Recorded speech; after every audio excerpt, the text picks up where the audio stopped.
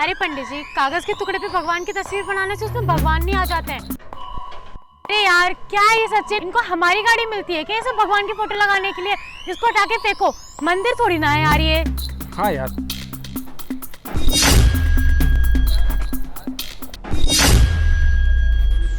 राधे राधे।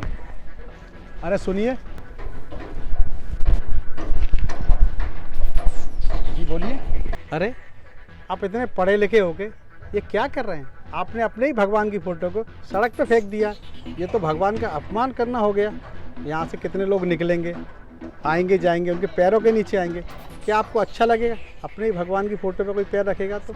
अरे पंडित जी, कागज के टुकड़े पे भगवान की तस्वीर बनाने से उसमें भगवान नहीं आ जाते हैं। भगवान को हम भी मानते हैं लेकिन ऐसे नहीं। और फिर आपने कभी भगवान देखे हैं क्या? वो कैसे होते हैं, कैसे नहीं होते हैं?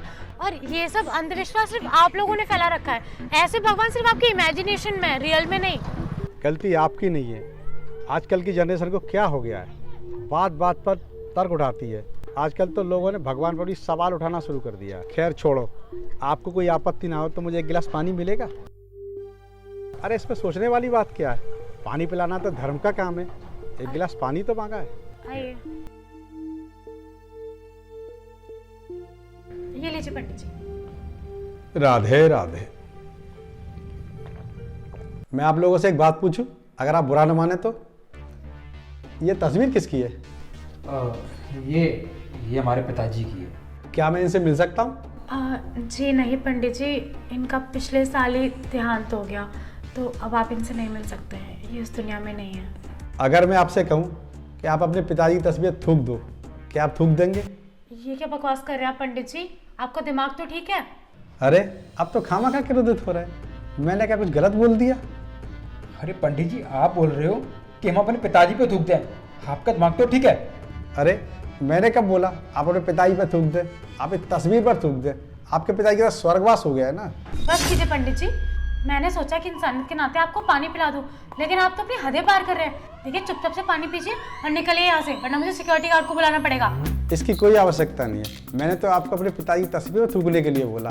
आपको गुस्सा आ गया ना, क्योंकि उस तस्वीर में आपके पिताजी हैं, उनकी यादें हैं। और आप थोड़ी देर पहले क्या कर रहे थे?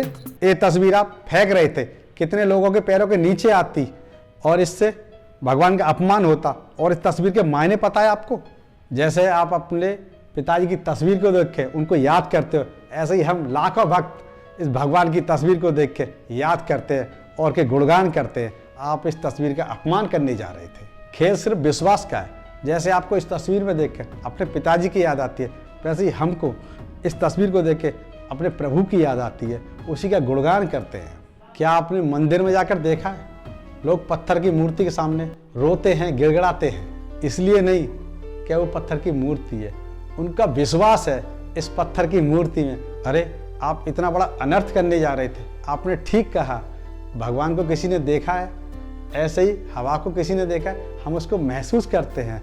ऐसे ही सृष्टि के कण कण में भगवान हैं, हम उनको महसूस कर सकते हैं। वैसे ही इस कागज के टुकड़े में हमको हमारे श्री प्रभु राम दिखते हैं, हमारे भगवान बसते हैं। अभी आप क्या कह रहे थे? ये कागज का टुकड़ा है।